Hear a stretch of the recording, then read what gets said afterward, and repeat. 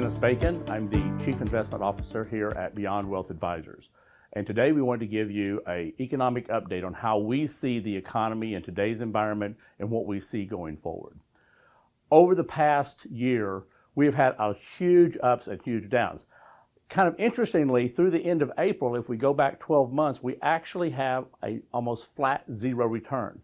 And still with that, over the past 5 years, we've had a 40% return in the S&P 500. Now, people don't look in long terms, they look in short terms of where they are today. And certainly we have had a tremendous disruption in the way the economy is going. Today's reality is that the outlook is very muddled. We have the gross domestic product is down about 4.8% in the first quarter.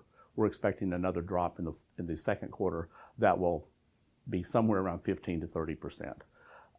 Unemployment claims in the month of April were over 30 million new claims. That's almost 20% of our workforce. The positive that we're seeing right now is Washington truly has stepped up and quickly got in and provided cash, not so much to big corporations, although they have got some, really to the individuals and to small businesses. And this really is the engine of our economy. So Washington as a whole has really stepped in and made some moves that we think are very positive for the economy and will help us a lot going forward. What we see in the market right now is we see that the high yield bond area is going to really suffer because of all the defaults we're expecting to have among companies. We expect there to be those companies that have low cash flow and that depend on that cash flow and have bad balance sheets to really be crushed. There are going to be a group of companies that are going to do extremely well during this period of time. It'll be medical supply companies, e-commerce, live streaming companies, those companies that have technologies that are being used as we shelter at home. There's going to be a second group that we think are going to do extremely well very shortly. These will be companies that are home improvement companies, companies that have technology that will help us through this process, and also surgical centers as people begin to have those elective surgeries again that they needed to have, they haven't been able to for the last several weeks.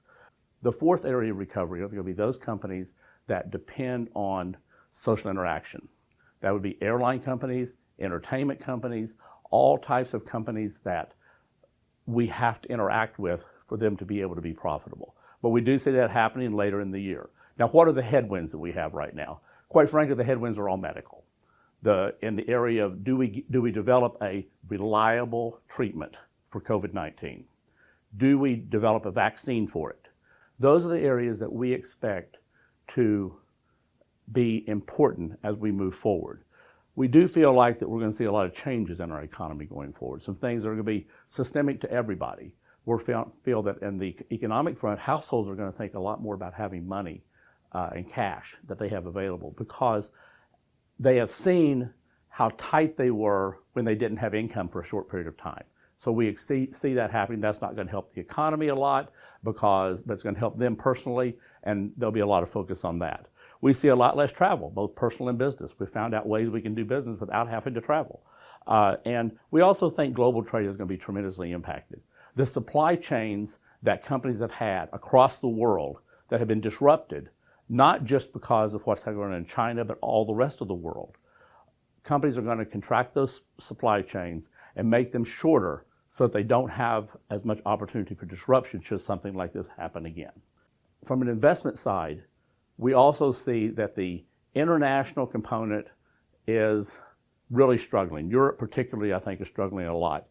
The large cap funds in the U.S., large cap holdings in the U.S. are probably a better place to be than a lot of small caps. Small caps usually have cash flow issues and don't have as much capitalization, so we see the large cap being a place to be. We also see there being some great opportunity in oil. Oil right now is trading at under $20 a barrel. The expectation is that by the time we get to the end of the year, this is going to be probably back up to $45 a barrel or so. It may be a little bit plus or minus that, but we do see a big recovery once the glut that's out there kind of dissipates as people start traveling and we start utilizing more oil. The last thing that I would say that we need to do is, as you are thinking about your investments, think about high quality investments. Think about companies that have good cash flows, companies that are positioned in the market so that they can be in the position to serve clients in the way that they want to be served today. And if you have managers that you're using, make sure those managers are focused on those high quality points of their investing philosophy. And as we kind of close, I think it's also important that each one of us is sensitive to other people's needs. We have people who are not real concerned about COVID-19. We have some people who are extremely concerned about it. Be respectful of your fellow citizens. Make sure that you respect their needs and don't think of yourself first. I'd like to thank you for joining us today. If you would like more information about investing or our thoughts on the economy, please feel free to contact us through our website at beyondwealthadvisors.com.